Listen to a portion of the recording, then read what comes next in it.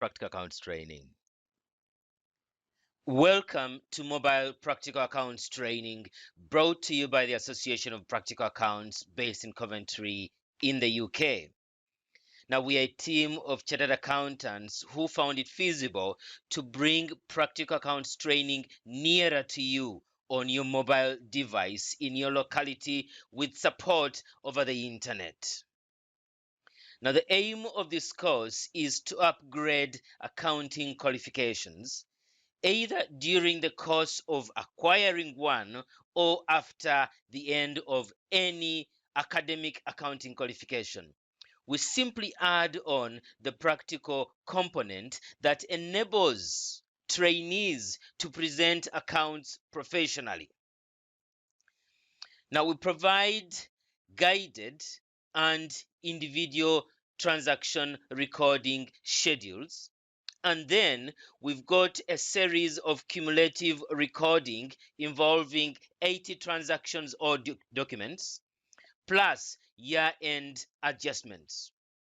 Now, the recording is either individually for individual documents or it is a collective impact that is illustrated and presented on various periodic and year-end reports. This is not only mobile and computerized accounting, but practical and technical knowledge is acquired in the process. Hello and welcome to this session of Mobile Practical Accounts Training. Lecture 1.3 is about the course coverage. The objective is to give us an in-depth look at what is covered on this course. Now, the coverage is very extensive and exclusive in that many of the items you find covered in this course are not covered on other courses.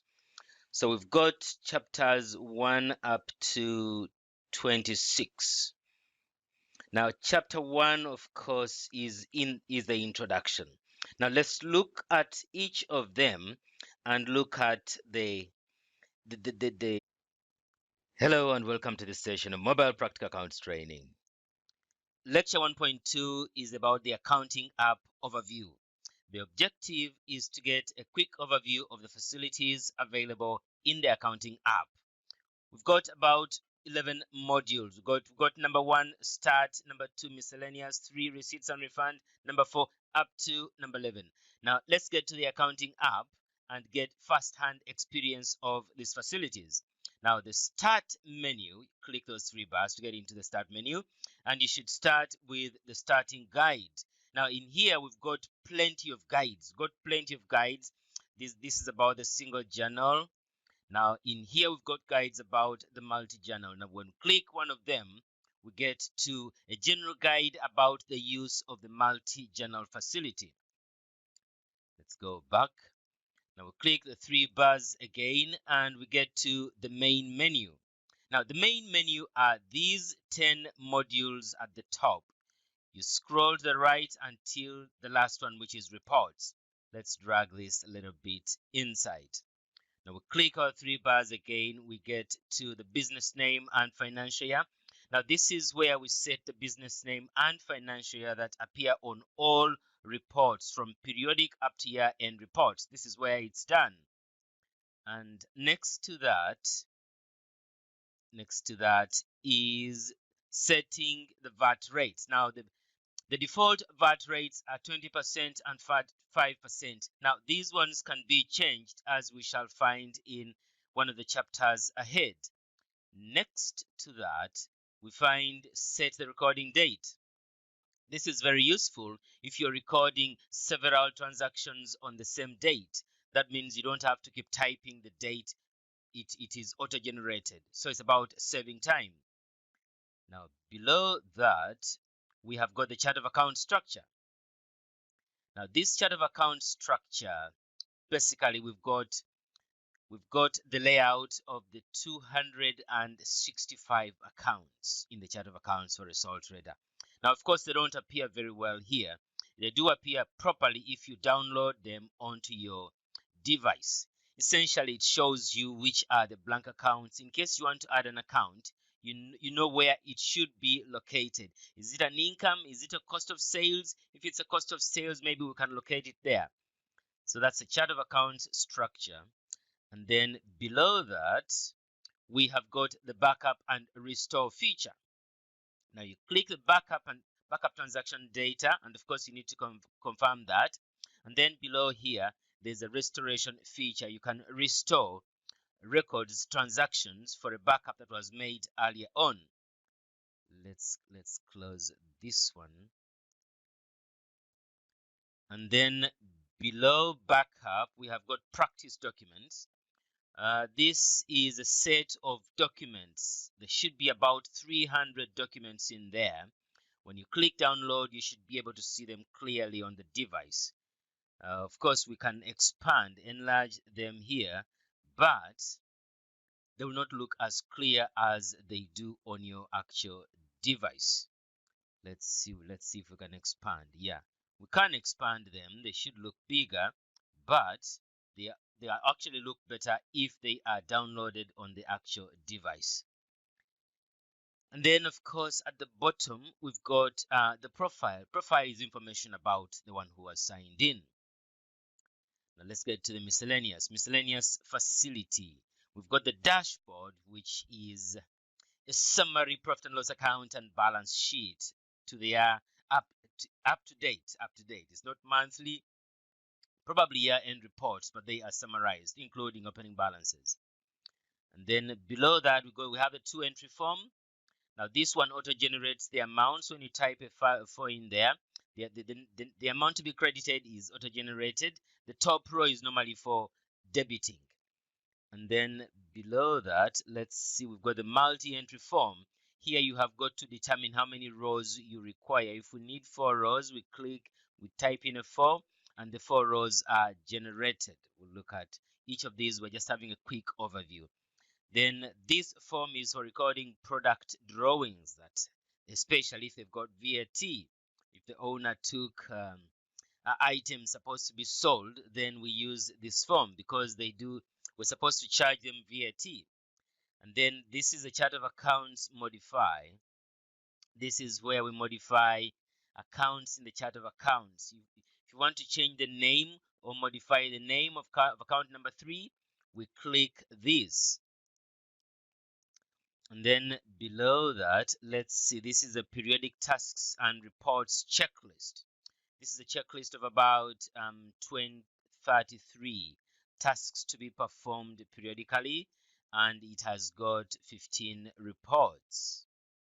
Now these are links to individual reports. You click on that one and you get to that report. Now let's get back to our miscellaneous. And of course, this is the landing place most of the time. When you start the application for the first time, this is the final return place before you actually close the application. Now, next to that, we've got the year-end reports checklist. Now, this checklist has got about 80 reports.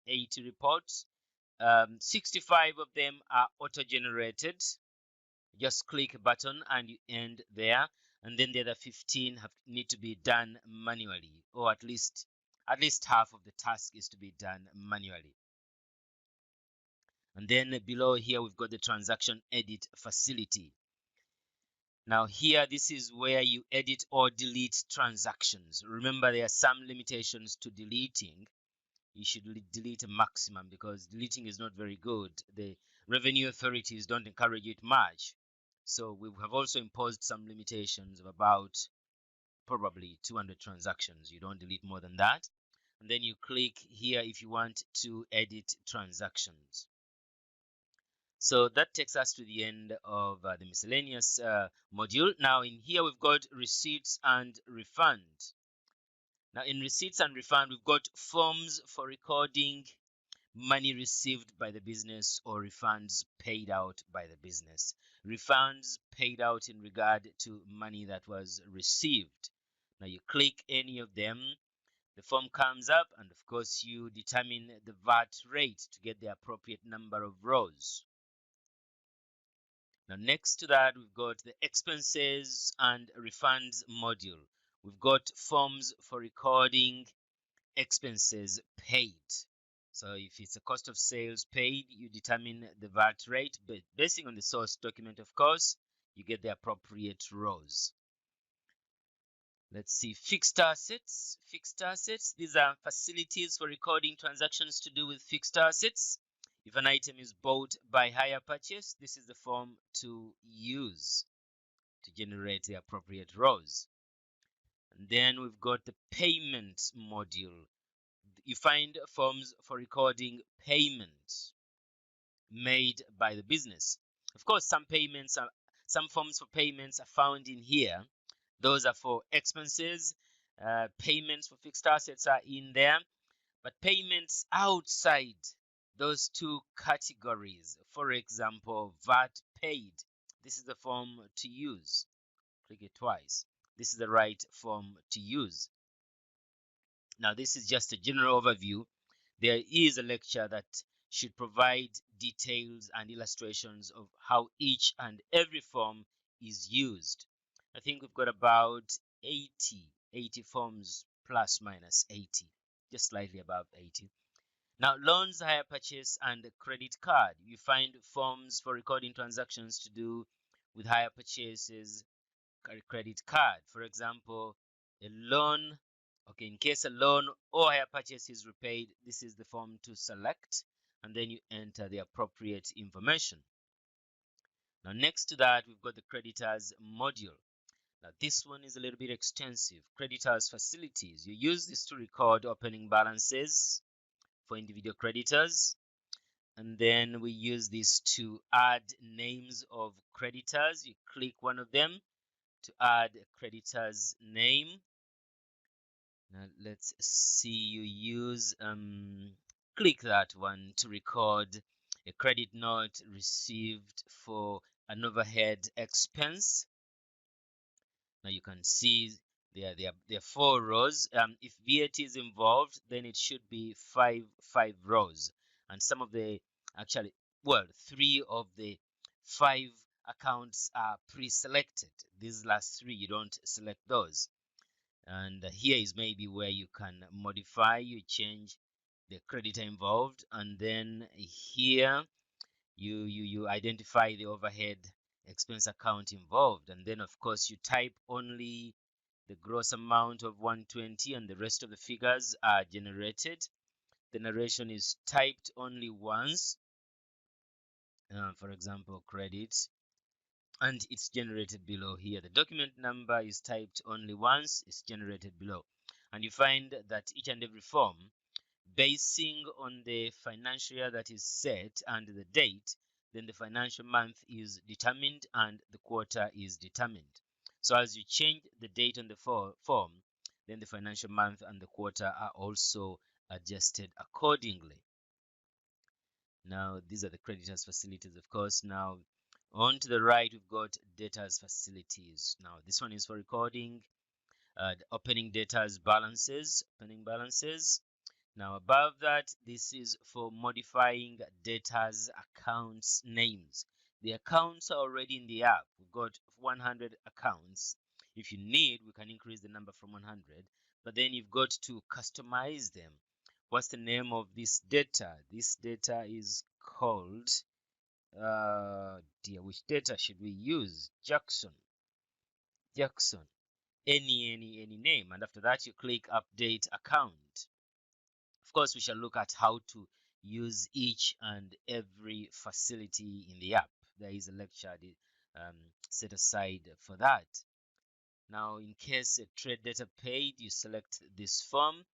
You identify the account which received the money and the account, the data who paid. And of course, you type in the amounts. After the data, we scroll to the right and get to the reports. Now, we've got two classifications of reports. We've got periodic reports. We have 15 of them. Click any of them and the transactions and the report will be displayed on the screen. Let's look at the trial balance report P6. Now P6 has got trial balances generated for on a quarterly basis. So these are 3 months, month 1, 2, and 3. You select the quarter here, you move on to second quarter, and then we've got balances for the second quarter displayed on the screen, and of course it can be printed as well. So these are the periodic reports. Let's have a quick look at reconciliation, one of my favorite reports here. You've got to select the account. This is a NatWest Bank account, and you've got to select the month. So the transactions are populated on the report. This one is for reconciliation to confirm that the transactions we have recorded on the bank account do agree with the bank statement. And of course, whatever figure agrees, you just tick the box. If you like, you can tick all of them. Could probably start by ticking all of them and see if you still have a difference. If you still have a difference, because if there is no difference after having entered the opening and closing balance, if there is no difference, then you probably don't need to waste time. If there's a difference, then you untick and then begin checking one by one. And of course, when we still have a red color here, it means there is a difference to be investigated. Okay, now we can go back. So these are the 15 reports. We've got balance sheets at the end, profit and loss accounts at the end, plenty of reports that we shall be looking at. And then finally, we look at year-end reports. Now, these year-end reports are quite plenty. Here we've got them